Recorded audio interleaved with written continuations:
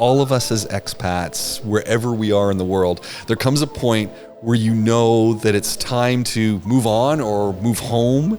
And I think acting on that when that becomes a reality to you is the hardest part. You're in education. Yeah. Your wife Donna's in education. I came here in August 2000 as an instructor, went through my entire career until finally, out of who knows how, I got appointed dean of the college I've been in all my life. You can probably relate to a huge difference if we go 2001, 2002 to 2024. You're in the same institution. AI has given us this wonderful opportunity to change the way we educate. Are we doing it? We're fighting it. And I laugh. Someone said, aren't you worried about your students using AI? I said, I'm worried that they're not using AI because every business is using AI. What is the top thing that you won't miss about this country? Impatience. I won't miss the fact that I have to drive like a maniac to get onto the road. You look at concepts that are here. Cafu's a great one, isn't it? Petrol delivery. And you try and explain that to someone outside of the UAE. Even with all the change in Dubai, the opportunity that exists here for you to try new things and actually make them happen is still very much there. Hello, everybody, and welcome back to another episode of the InnerFight podcast. I hope you've had a fantastic week, and I hope you're ready for an hour of super interesting conversation. Today, we are talking all about balancing career and life, technology and education, and most importantly of all, embracing cultural diversity. This voice, for those of you that have been listening to the podcast for a long time, is a voice that you will know pretty well. It is actually one of the reasons why I started the podcast, a prompt from my guest today. That is Dr. James Piecowye. Officially, he's a Canadian educator, and he has over 2 decades, 24 years of experience in the UAE. He's Dean at Zayed University College of Communications and Media Sciences, and is also a former radio show host. He founded and presented Nightline for a number of years, and he is actually what I would call podcaster extraordinaire and just a general ideas man who wears some incredible outfits, namely his daily Hawaiian shirts, which when he is at the university and it's formal, yes, he wears with a tie. Can you imagine that? He's made some incredible contributions to the academic world, transforming education in a number of ways here in the Middle East. And what he loves to do is empower individuals along the way, which he did to me to start the InnerFight podcast. And for that, I remain truly grateful. He's also been involved in a number of different podcasts, from Doctor's Talk, Sport Talk, Car Talk, any kind of talk. James got into it. And if you used to listen to his show on Nightline and the great variety, you would understand his incredibly broad skill set. He is, after 24 years in the UAE, made a decision to go back to his native country, Canada. So I thought it was a good idea to get Dr. James back on the podcast for one last time. This is episode number 950 of the InnerFight podcast. No matter where you are in the world, thanks a lot for tuning in. Let's jump into today's show. Let's kick off. James, 24 years in this pretty incredible country is coming to an end. Yes. How do you feel? Every day is a little bit different. Some days it's like I'm counting down, and actually I am counting down. You are, publicly. I'm publicly counting down. Which is an interesting journey for those of us that follow you. Yeah. So in some days it's like, can't wait. I'm just, time to go. It's time to go. And other days it's, what am I doing? Really? Yeah. Why am I doing this? Why am I giving this all up? So it's a little bit of both, but it's when it's time. And I think all of us as expats, wherever we are in the world, there comes a point where you know that it's time to move on or move home. And I think acting on that when that becomes a reality to you is the hardest part, because I think people wait too long, or they think, oh, it'll get better, or in my case, there's nothing wrong. So, but whatever reason you hold on because, well, I could make more money and well, you can always make more money. So knowing when to say, okay, time. And so we decided this is time. What helps you to make that decision? Like, is it a feeling? Are there signs? I think it's different for everyone. Yeah. And I think so the first thing that becomes really important in that decision to move on, whether it's from a job, whether it's from where you live, it's a personal thing. So being comfortable with you and being comfortable with your decision when everyone else is going, what are you, nuts? Why are you staying? Well, things are going great. We really love having you here. And that goes back to, your friends and your closest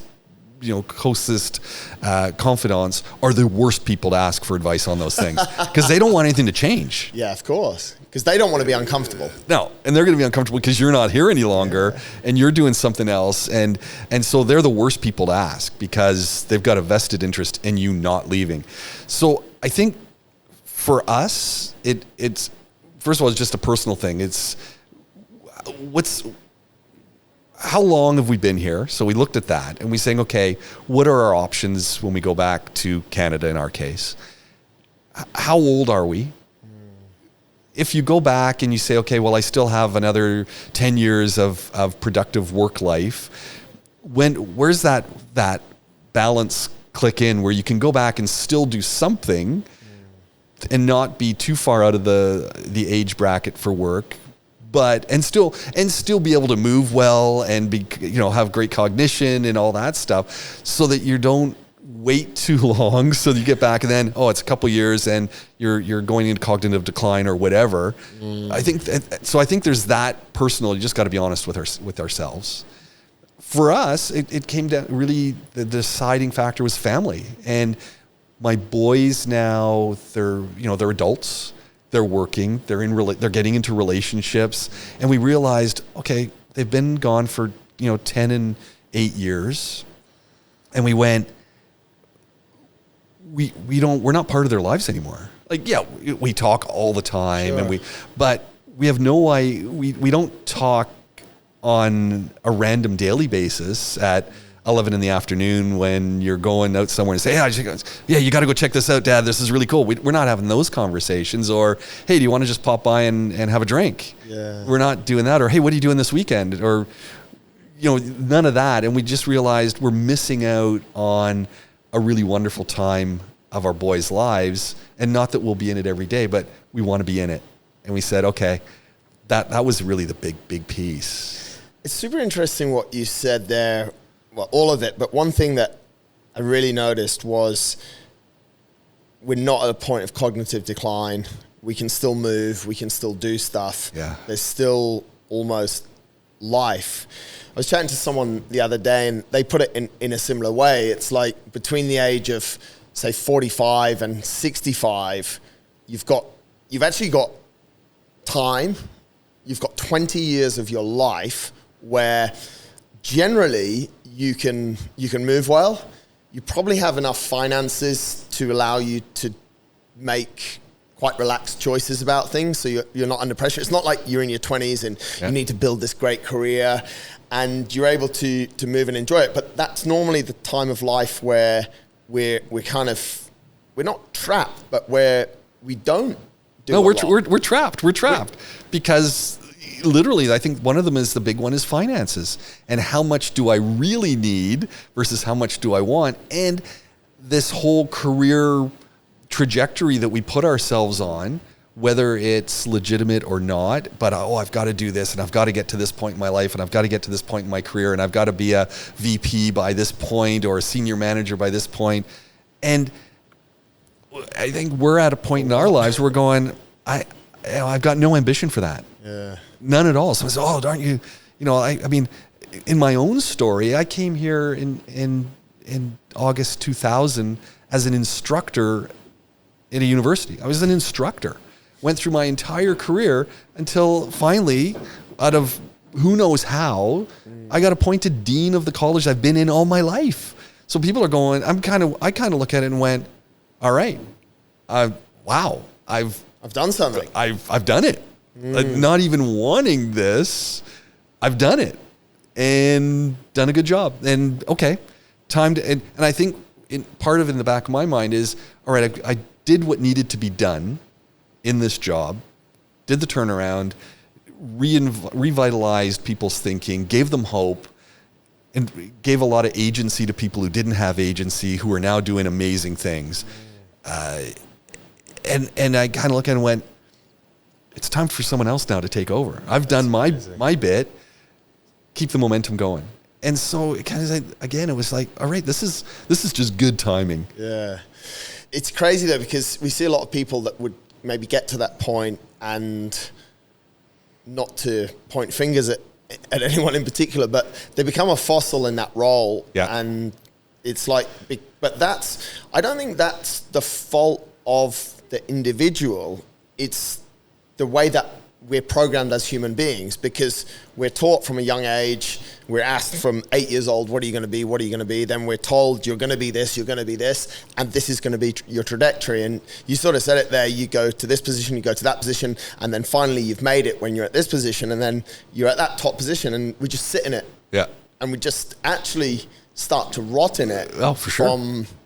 From the second day we get there. Yeah. Which is crazy. Yeah. Because that's what we've been programmed for. That's what success is. That's what success is. So if we found out that that's not what success is, what is success for you? You know, success for me is being able to have control of my life. And in little things, I mean, I live in the same world you live in. The number of emails that I get is incredible.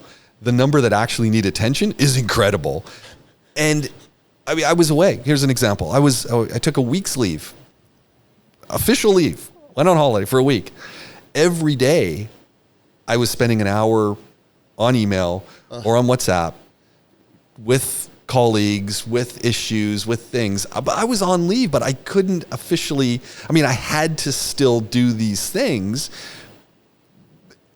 And I looked at this and I said, I don't have control.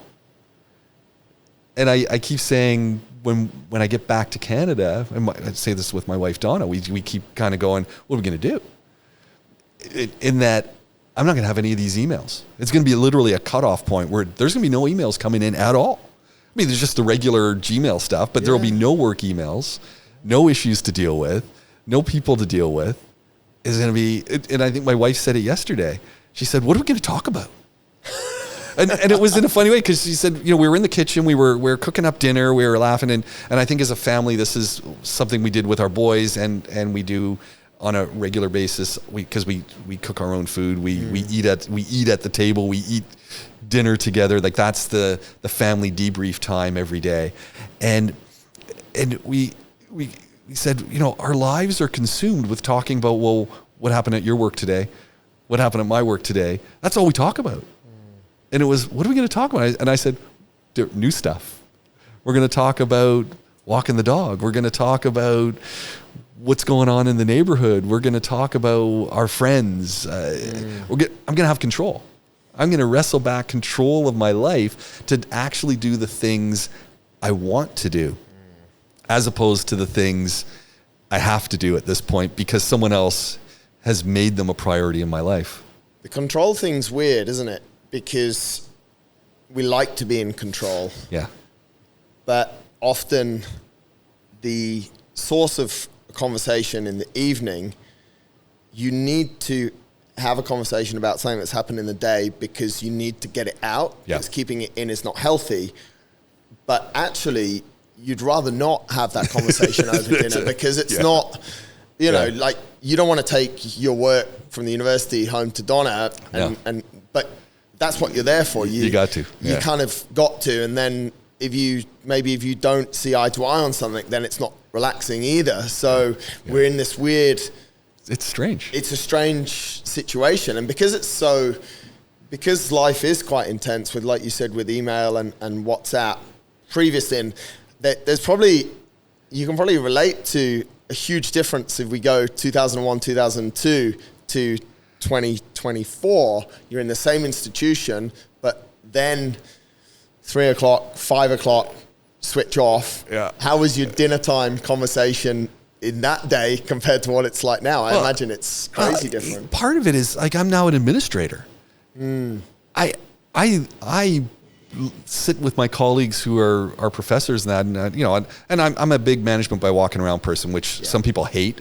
So I'm always in flicking people's ears. Yeah, people say, "Oh, do you want me to come to your office so I can meet with you?" I said, "No problem, I'll come to your office." Yeah.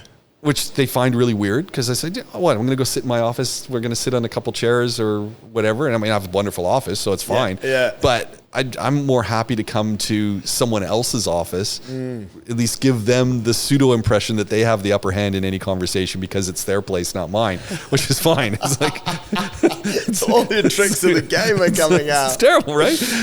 But it's when you're a professor. Teach your classes, do your office hours, do some research, get out of there. Yeah. I remember professing and sitting and doing office hours and no one came. There's 2 hours of the day. I'm literally sitting in my office, reading stuff, watching a podcast, listening to things. It was funny watching a podcast because when you put things, it's video, it's a podcast, but we're still watching it, right? So I don't do that now. Like 2 hours of just sitting. It's like, what a luxury. I'd love to have that luxury. I don't have that luxury.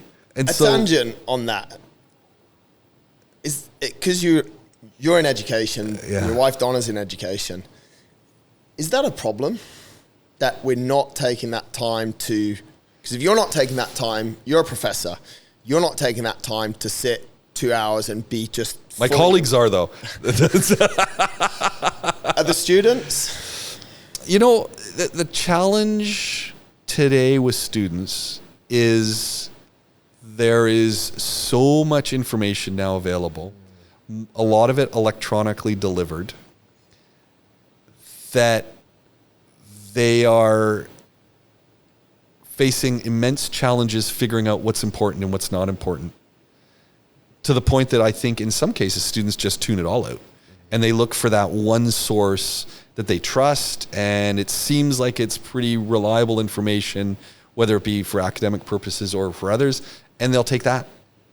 And all the tools now with AI that will make it easier for you to get précis of papers and listen to them. And so you don't have to read them. I can just throw it into chat, whatever you want to call it, and it will give me a summary, and it'll even speak.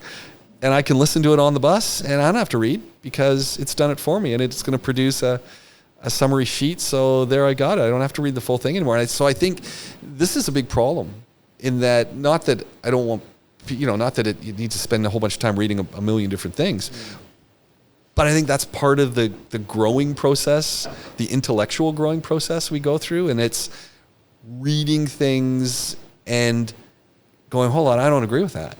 Or hold on, I don't agree with that. And that's not like what I read in this thing over here or what someone else is saying. And that's, for me, that becomes the big challenge for students, that they don't realize that that's what they're actually doing as a student. Because let's face it, 99%, and on the average student, 99% of what they're studying, you could just learn somewhere else.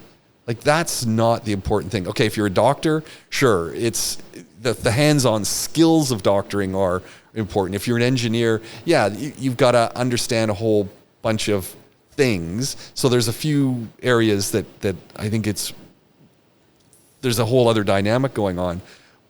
But many of the courses we take across all disciplines, it's not about the reading, it's not about the practice, it's about the conversations you're having with students, with that professor who's less of a teacher and more of a guide to connecting things and thinking about them and helping to expand our psyche a little bit and what we're thinking and how we think about things. And I don't think AI doesn't do that, and the AI tools don't do that well. They don't connect the things that, because they're very structured. They work very methodically. They sound like they're very flippant and very, ducking and diving and moving all over the place, but they're not. Yeah. and they'll look at certain things. But I liken it in the world of communication. It's like a lot of really good articles that I read on communication about how we think about communication structures and things come from, of all places, nursing. And there's a lot of really good communication articles, interpersonal communication and communication hierarchy articles that come out of nursing and talking about how you deal with patients. Are the AI tools going to, depending on how those articles have been labeled, are they going to go to them when they're talking about, network theory and things like that? Probably not. Yeah. And would you randomly find those articles? Probably not. So I think that becomes a really important thing that I don't think students are doing right now. I think they're slowly getting caught up in a number of things that all institutions do. So what are the learning outcomes? What are the KPIs? Yeah. And how is reading and doing this assignment being measured? And how do I know that it's actually done something? And we're obsessed with that now. That becomes the obsession. Do you think that that's driven by what may be a term monetization of education? I think there's an element of that there, because are we getting value for money, and how do we know? For sure. I think that there's also a side of it that misunderstanding of the role of educators, because look, they get a lot of holidays. Do educators make millions? No, you're never going to get rich being an educator. Are you going to be comfortable? Absolutely. Yeah. And do you get a lot of holidays? You bet you do. Yeah. And I think there's sometimes some contempt for that, because they're going, why does that person get so many days off? It's like, you sit around in a classroom as a grade school teacher with 27 kids. Parents only see their own kid. They don't see the other 26 that are in the mix. And the amount of thought and training that goes in, that teachers put in to pedagogy and to dealing with a variety of students at different learning levels that have different learning issues. I mean, it's crazy. So I think part of the dynamic is, this is all costing a lot of money, and we need to know we're getting value for money. Yeah. But I'm not so sure the tools all work. And by having all of these different tools put in place and making those super important, I think it gets away from the core act of actually educating. Yeah. we could continue on the education for a few hours. I think you make me think about a number of different things, as I'm sure a lot of people that listen. Well, and some of it's just, we teach to test. I mean, really? It's like, I think in last things on education, I think we've had two inflection points. The first one was COVID, when instantly teachers went online. Yep. Like no other profession pivoted like that. None. And the expectation that you can just go from face-to-face to online. Like, in what planet can anyone do that? Yeah. So we suddenly had this opportunity presented to us to change the way we educate. We didn't take it. And we didn't take it because we have all the bricks and mortar. We have all these buildings. So we had to go back. So we missed one opportunity, big opportunity, gone. AI is the second opportunity. And it's not just an opportunity, it's forcing us. It's a push technology and pull. It's pushing and pulling us into a new way of educating, because suddenly, unless you go back to doing everything on paper, why would you do that? I want my students using AI because, someone said, aren't you worried about your students using AI? I said, I'm worried that they're not using AI because every business is using AI. Yeah. And if they don't understand how to use it, and if they're not at the front of the curve of it, it's all over for them. They still need to understand the fundamentals, but you better understand the fundamentals and then how you make it work with the AI tools. And so AI has given us this wonderful opportunity to, again, change the way we educate. Are we doing it? We're fighting it. I laugh. Out loud, I laugh. In that you read business materials and they're talking about AI, and I got some folks who do stuff with HubSpot. In the country, they're like the HubSpot leaders. And a year ago at HubSpot, what do they call their event? So they were at the HubSpot event, and a year ago, these folks were all talking about how's AI going to impact our business. This year, They're talking about how AI is allowing for them to concentrate more on their business by doing the rudimentary tasks, and it's creating better flow, and it's just making their business practice better. So they've already incorporated. In 1 year, they've incorporated and they're using it. In education, we're still talking about, well, how do we deal with it? It's like, it's past dealing with it. It's too late. It's here. Yeah. And people say, oh, we got to control it. Every program you use, from Acrobat to Word, Microsoft Word, has AI now built into it. Google, everything's got AI. It's here. So if you're not changing, and I don't say you have to throw out the baby in the bathwater, but if you're not changing the way you think about assessment and what you're assessing and what people are doing, if you're not thinking about how you're teaching things and how you can teach differently, then you're not growing. You're not growing, your students aren't growing, and you become, in a sense, quite redundant because your education now is not keeping up with where people are going to have to go. Growth in the UAE in 2023, they delivered somewhere around 100,000 new homes. Incredible. And I think that someone will correct me, AI will correct me on these stats, but somewhere over 100,000 people moved to Dubai. In 2024, you and your beautiful wife, Donna, are leaving Dubai. I'm interested to hear, because I think it's easy. You and I have both been here for a long time, and a lot of our listeners have also been here for a long time. And sometimes we take why we're here maybe a little bit for granted. And at other times, we probably get a little bit, the traffic's terrible. And, we look at some of the negative sides of Dubai. Let's go for each side of the coin. We'll play a bit of tennis back and forward. Let's kick off with, what do you think is the number one thing you will miss about this place that even in 2023 and 2024, hundreds of thousands of people are literally running to be here? Yeah, I think even with all the change in Dubai, the opportunity that exists here for you to try new things and actually make them happen is still very much there. And I'll give you an example. 2018, my show on Dubai Eye where we met was canceled. All right, fine. Did some podcasting, continue to podcast. No, I'm just too busy. So it's really been reduced. But the one podcast I still do is called Car Talk. Yeah. That show is also on the radio. On 100.3, the station that plays cricket and all that, the Asian station, Fun Asia is who funds it. Great station. They're playing my Car Talk podcast every day from 2 to 3 in the afternoon. And so this is an example of, on what planet would that be possible? It just wouldn't happen, right? No. And then when someone might say, but how do you know?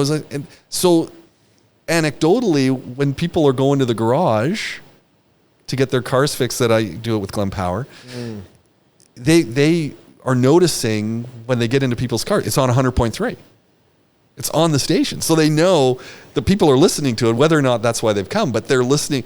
It's not everyone, but you still know that people are doing that. So, or a colleague the other day was in a taxi and said, I hear your podcast in the taxi.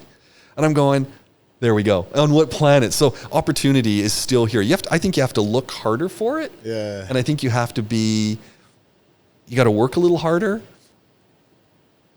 But those opportunities don't necessarily exist in more developed economies. What is it though? Is it, because I often have thoughts, and you look at concepts that are here, and Cafu's a great one, isn't it? Yeah. Petrol delivery, and you try and explain that to someone outside of the UAE, and it's like they're just looking at you, and they're just looking through you and just sort of laughing and what have you. But is that the next stage of development? Is it is the country ahead and other countries are behind? Because why wouldn't you, if that business model works, I still really don't know how it works. I have no idea how they make any I'm not sure money. they're profitable, but that's not up to me to judge or to comment on. But it's like, actually, it's so advanced, and this place is so far further forward. But it's what you said. It's just someone just saw this opportunity, or just managed to get something, money and the idea together. So I don't know. Are we ahead or are we behind? I don't know if we're ahead or behind, but I think it's easy to try things, and if it doesn't work, it doesn't work. Yeah. But people are willing to give it a try. But why don't you're moving back to Ottawa? Like, why not? Why not have a segment on the radio that's a podcast that you and a mate hook up about? I mean, you know, the thing I always love about you, James, is you know a lot about a lot of things, but I never in any conversation have you come across as a huge car geek. But no. From, like you said, 2018, your radio show ends, you want to continue in that sort of space, and you end up, you're on another radio station providing, and that's prime time, 2 to 3. I know, it's amazing, isn't it? It's just like, so can you do that in Canada? I think we'll keep doing the show here from Canada, actually. Incredible. I think so. Yeah. So number one is opportunity. Yeah.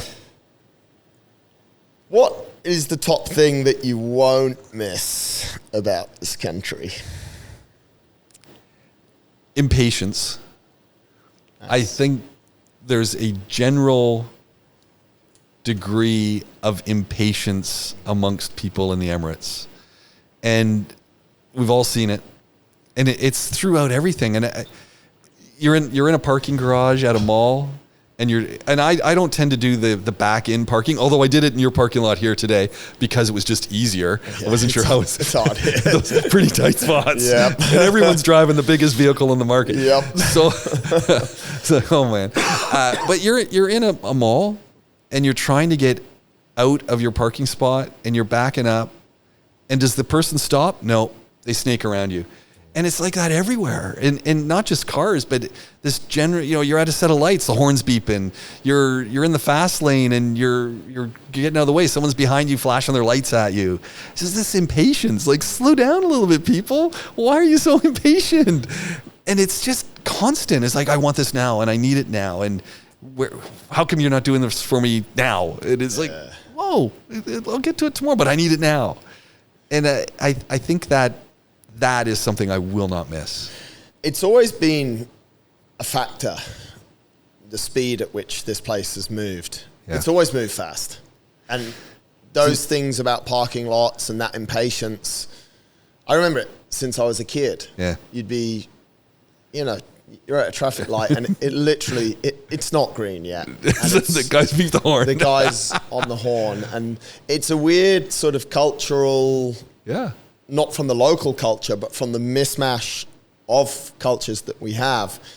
Yeah, impatience is tough, and it's. I think it forces us, or it's training us to travel faster than we're designed to travel.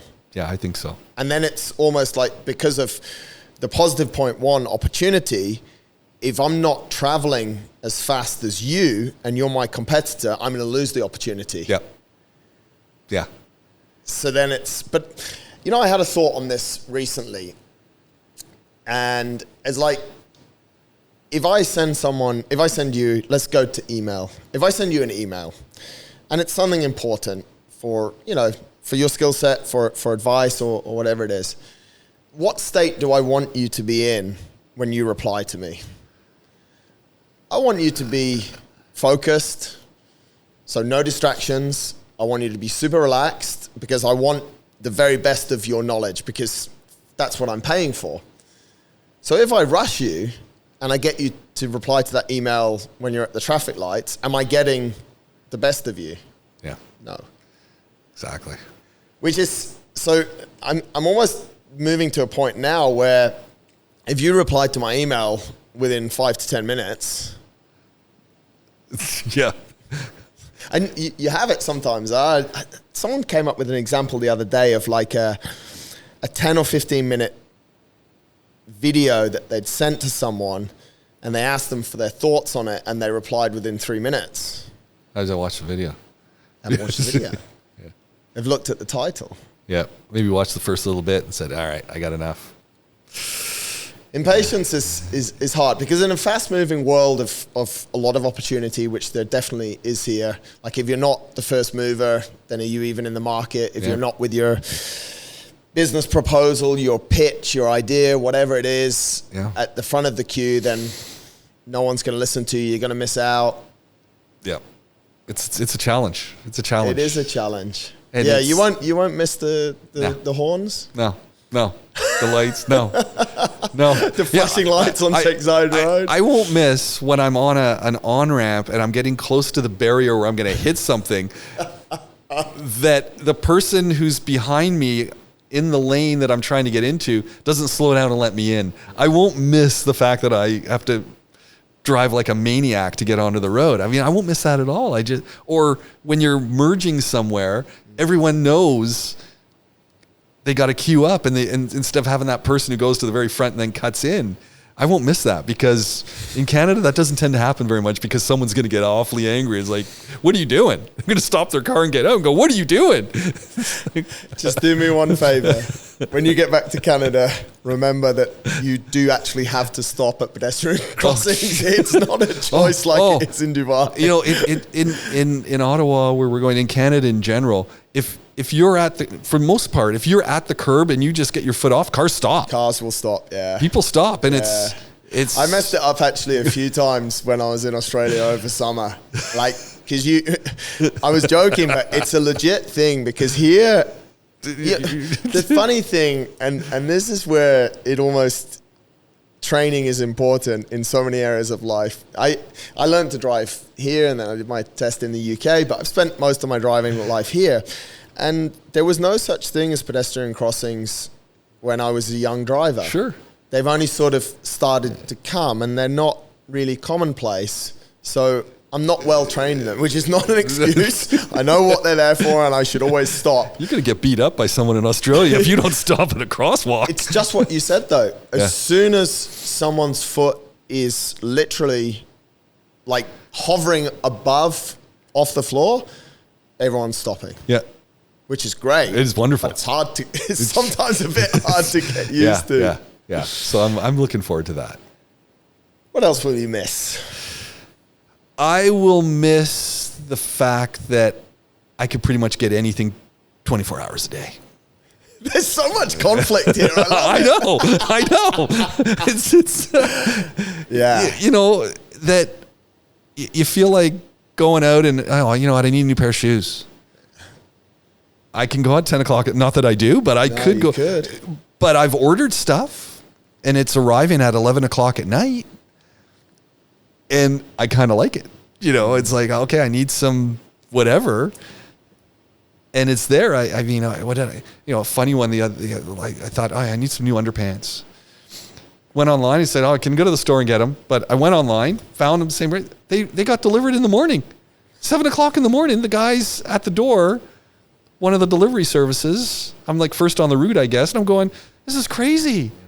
And I think you get really used to that convenience, whether it's at grocery stores or just buying stuff, that everything's open extended hours all the time.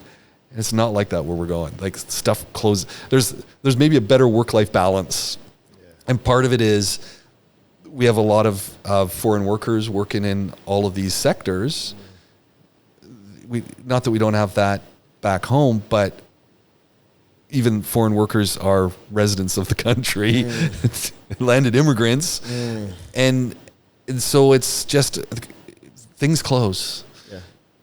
And so that's something I'll miss. I had a similar experience again when I was in Australia in summer on Amazon. Because I think Amazon here, if I can't get next day delivery, I don't really order. Right. Like 90% of the stuff I'm ordering is on next day delivery. And my initial reaction was real frustration. It said like, this is going to come in 5 to 7 working days. You go ballistic. It's like, what do you mean? I need it now. You know, it was a cable. And it's like, no, like it's that, no, like that's not the, and then I sort of sat with it because I got a little bit frustrated and I was like, why am I feeling this frustration? Is it because I've trained myself? I've been trained based on Dubai, and it was, and I was like, I had this realization. I was like, why do I need, I don't need that cable. It's not about the cable. It's probably a little bit about my dopamine, and it's a little bit about this habit that I've got that I think I need everything immediately. Yeah. It's that impatience. Yeah. Yeah. But it is, on the flip side, the convenience, the cafu. You know, your battery dies on your car. The guy can come and do it within an hour. You need your tire. I mean, I've had tires put on at the university in the parking lot. Yeah. I call a guy. I need 4 sets of tires. He gives me the price. Same as going to the garage. He says we'll come to the parking lot and do it. Like, a lot of those things reduce the stress of life. Yeah, absolutely. You know, absolutely. Now I try not to leverage convenience, like trade it off for time so I can fit more things in. Yeah. I'd rather just have the convenience, like, so I don't have to go to the mall. Yeah. So I can just be at home and I can sit and I can be. It's not that I want to fill my schedule. Actually, one of my sort of goals is actually to empty my schedule more, to have more downtime within the schedule. I'm with you 100%. I used to use convenience for filling the schedule. So, okay, I don't have to do that anymore. I can outsource this. I can outsource that. That's super convenient. So now I can do more of this. But now convenience is a big one. I found that sometimes I do less, but I'm doing the things I want to do. That's what I'm saying. And I think it's just great. So, yeah. Yeah. Let's go to the other side of the court. Another thing that you will not miss at all. I will not miss.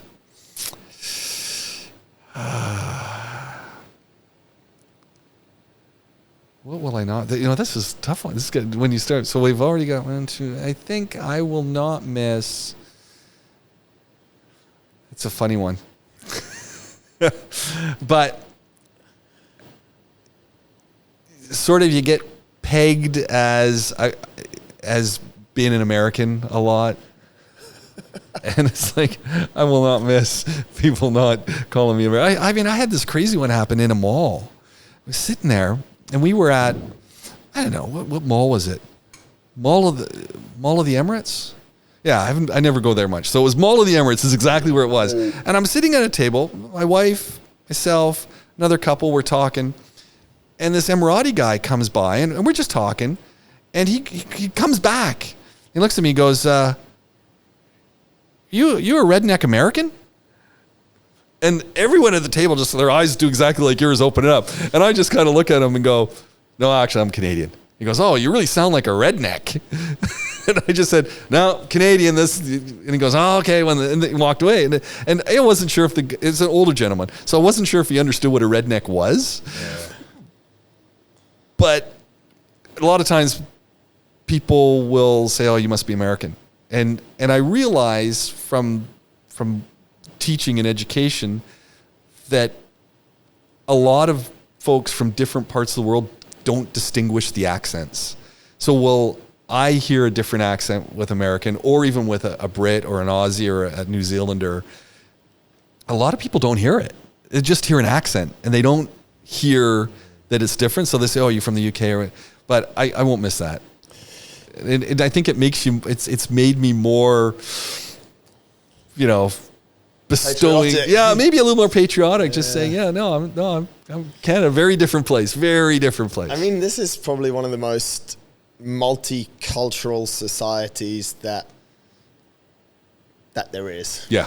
I mean, of course, in a lot of the big cities in the world, there's a lot of different cultures, but here there is a serious amount.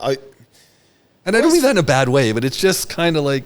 No, but I think it's so easily avoidable. Yeah. And I think we can actually get better at it because the easiest thing is to say to someone, where are you from? Yeah. But I think sometimes we want to almost impress our people around us and say, oh, so you're from America, James? No, I'm not. North America. So all they have to say is you're from North America. It's absolutely. So I think for me, what it's done is it's really made me think more about judging where people are from, and especially in the Arab world, because except for some obvious clothing indicators, as soon as you get rid of some of those, you know, the difference between people from different countries, for me, is hard to determine. So it's really made me be more cognizant of the way this happens to me, that I don't want to do the same thing to other people. Yeah. And to ask those questions, whether it's even, you know, Southeast Asia or Asia, not confusing where people are from just because it sounds like, or they have, just asking the questions first. And I think that becomes much more respectful. And I think it's made me more respectful. So bad thing with a positive. I obviously get it a lot with my accent because it's quite a mishmash of everything. And I think I've probably still got people that listen to the show that actually don't really know where I'm from, but presume I'm from somewhere. Yeah. And it's always an interesting conversation because a lot of people, I just let them run with it. Yeah. I don't correct people. Yeah. Well, I always correct people. I just, people will say, oh yeah, well, where you're from, and they'll mention a country, which it can be different countries. And I'll just say, oh yeah. I also get people who will say, oh, I know you're Canadian because, you know, the way you said certain words. And I'm going, I don't hear it.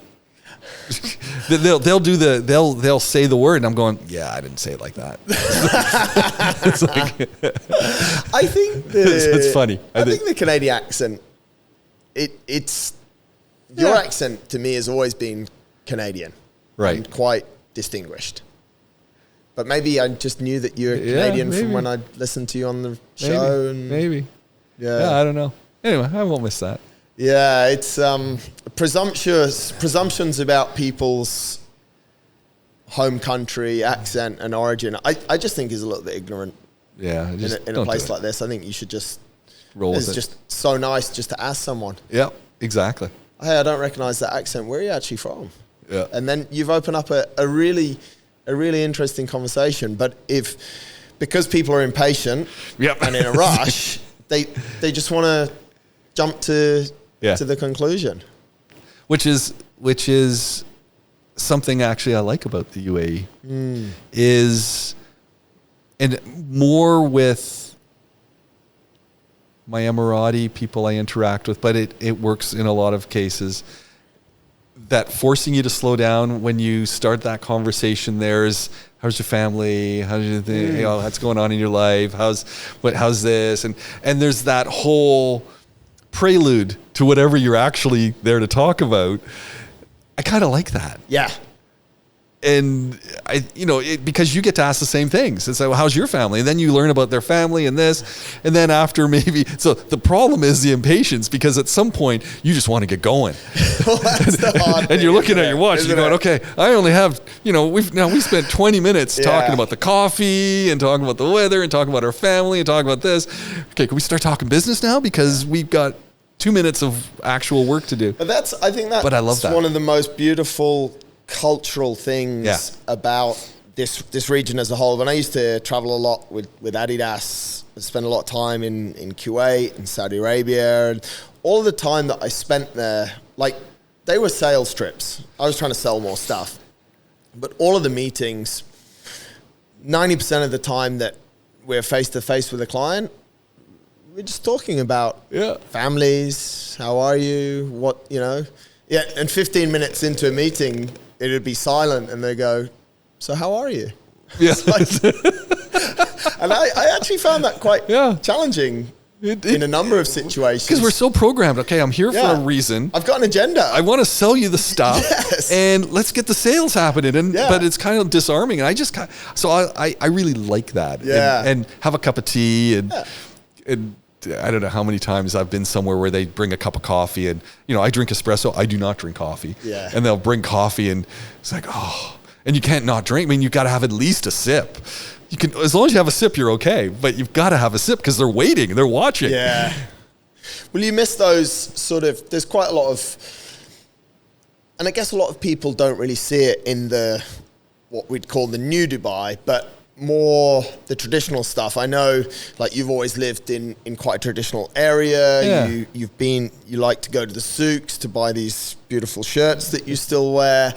Will you miss the traditional side of the country that's still available if you go looking heading for down it? to Knife Street, and I love going to Knife. Yeah. The wonderful story, when we first moved here, I had someone who was fixing something for me, a lawnmower actually, and the motor blew, and he said, "Oh, I can do it. I'll take it down to Knife Street." And so I know later on, I'm thinking Knife Street. I'm thinking Knife, Knife. Yeah. Knife. Well, it's Knife. Knife, yeah. Pronounced knife.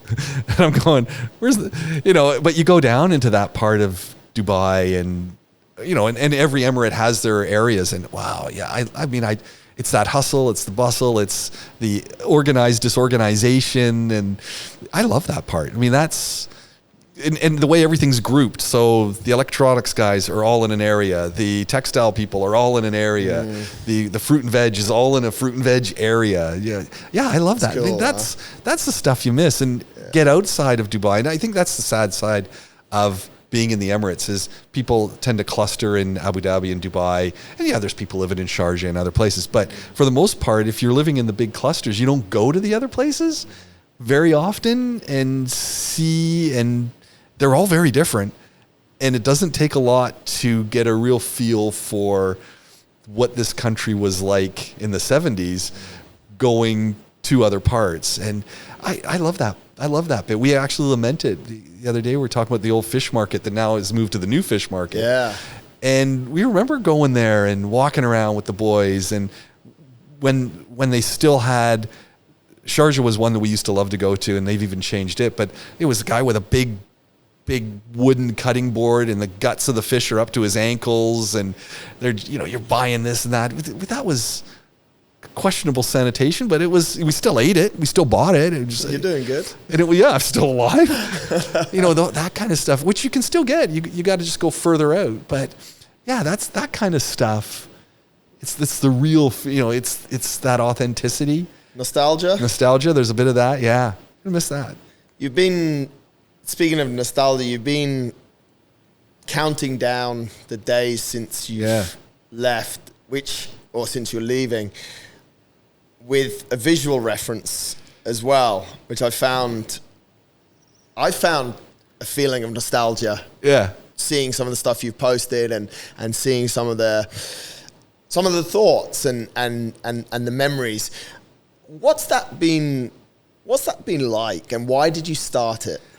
I think part of it was just we've got a lot of memories, and a lot of people. I mean, my life is pretty simple. Work, we love going to the beach, or we do privily, so we go sit and buy pools. Yeah, and that's pretty much my life: is eat, work, do whatever stuff, and then go sit by a pool, and sometimes sit by a pool and do work, which they all got Wi-Fi, so hanging out, and then just that everyday life around the UAE, we just sort of thought, as we get close to going down. So one, I want to have closure.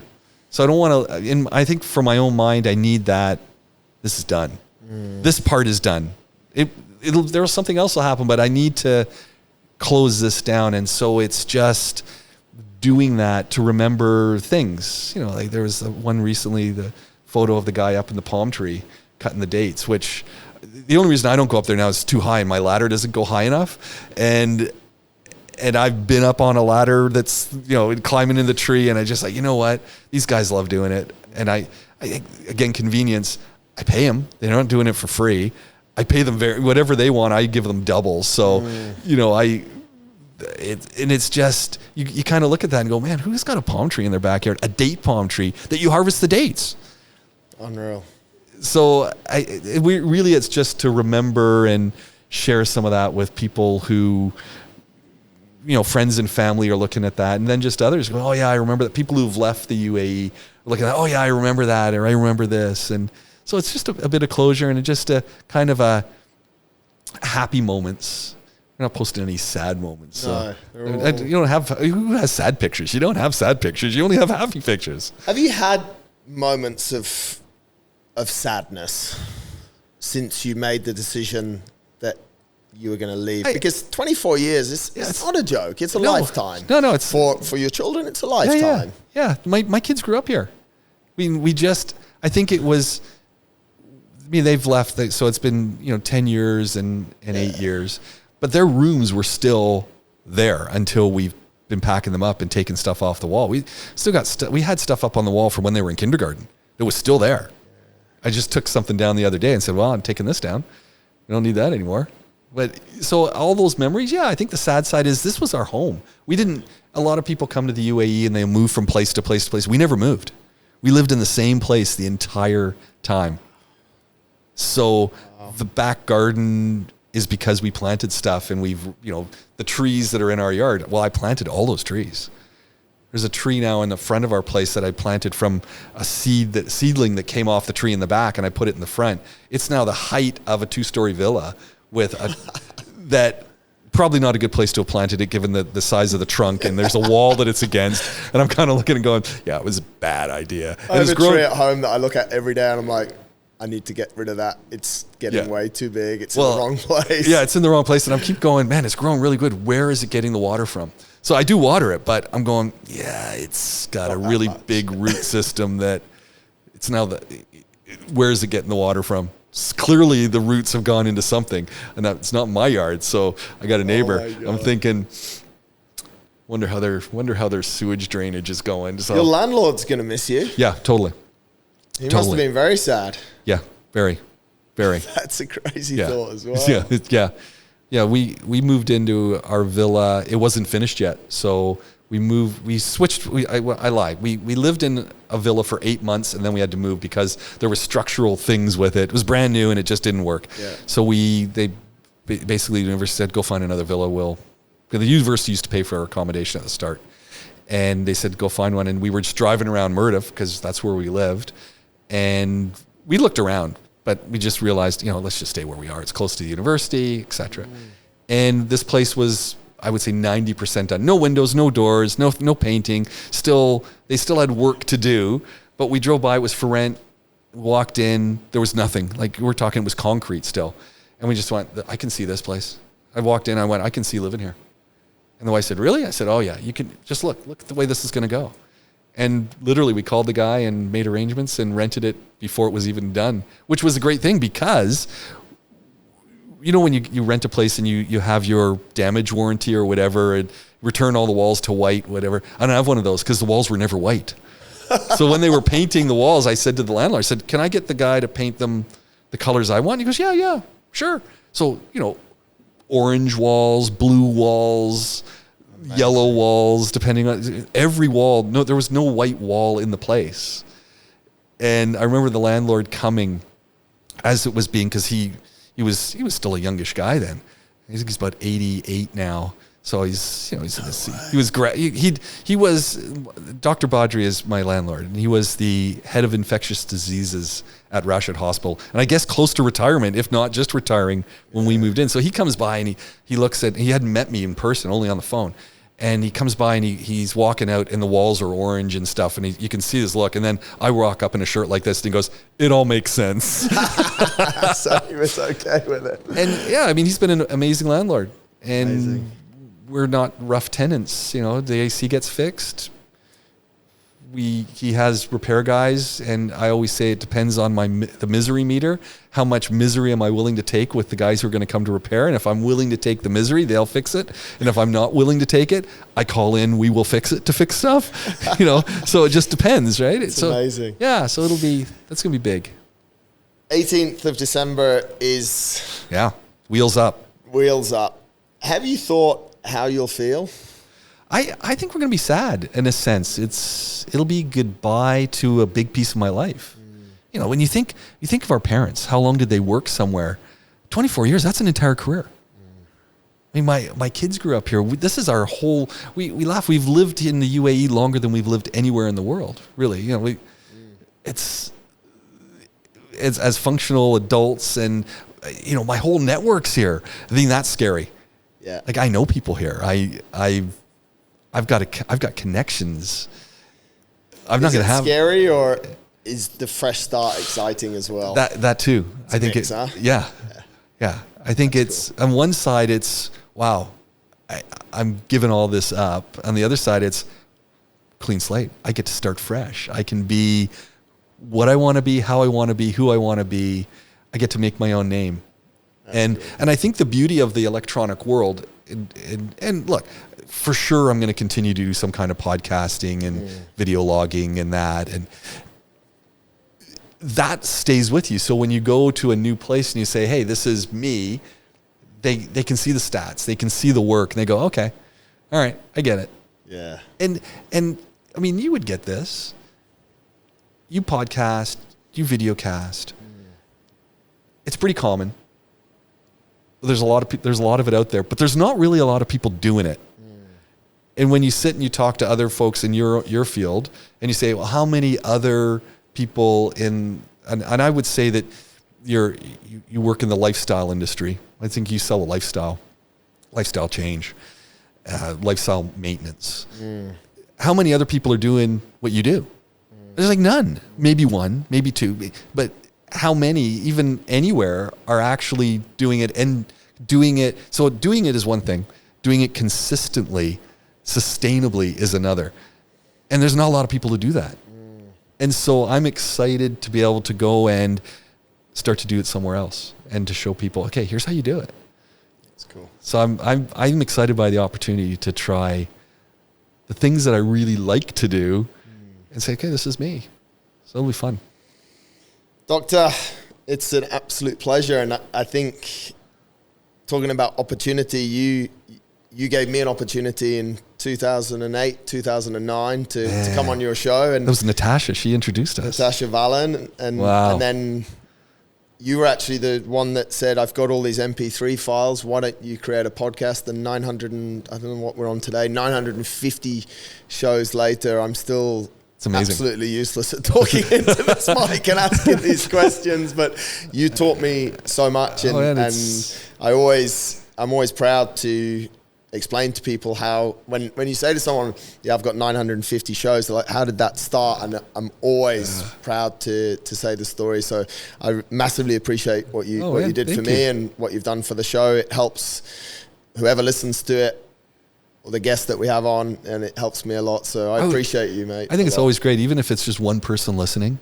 You know, how do you measure it? I mean, it's way more than one, but isn't that why do you do it? You do it because you love it. That's because you love it. That's all that matters.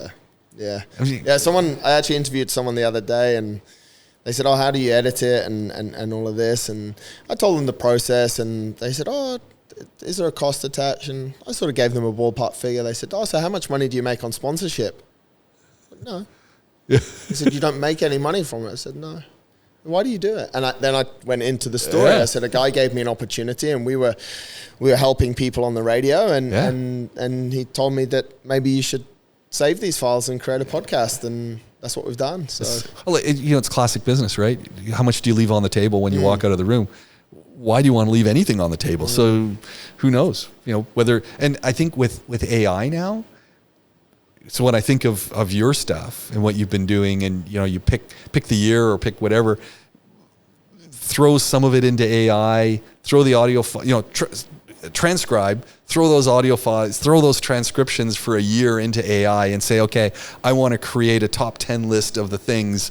It can help us get to a little bit closer. So suddenly now you've got a pamphlet you can put out, a white paper you can put out. Suddenly you've got another avenue of sharing with your clients that from content you've made. So it's not like you're going online, because a lot of times when people say, oh, I'm using AI to make something, it's just generated. I say, no, but it's using my content. So I'm just organizing my content a little bit differently, but it's not going to the web. I'm giving it all the stuff. I feel sorry asking ChatGPT to listen to too many of these shows. The answer would be, hey mate, just hang up the mics. It's enough already. I just think everything you've talked about is in conflict. Most of your guests don't know what they're talking about. There we go. They have no idea. Get out of here. Doctor, I won't keep you anymore. I wish you all the very best. You'll still be talking into a mic in 5 years. I still will be too. We'll be able to do it by Zoom. We're gonna have to do by we're gonna have to do a Teams. connect up in a year's time. I think that'd be See where we're at, very see what we're doing. See what we got right. See if the things that we thought you said you'd miss, and the things that you didn't. Maybe you'll be crying out for someone to come out. Maybe outside your house at 4 a.m. on the horn. No, the garbage truck lifting up the skip. But to you and to Donna, thank you for what you've done in the UAE. Thank you for what you've done for me. Marcus, for thank InnerFight. you. Thank you. Appreciate it. We got a long history. Thank you very much.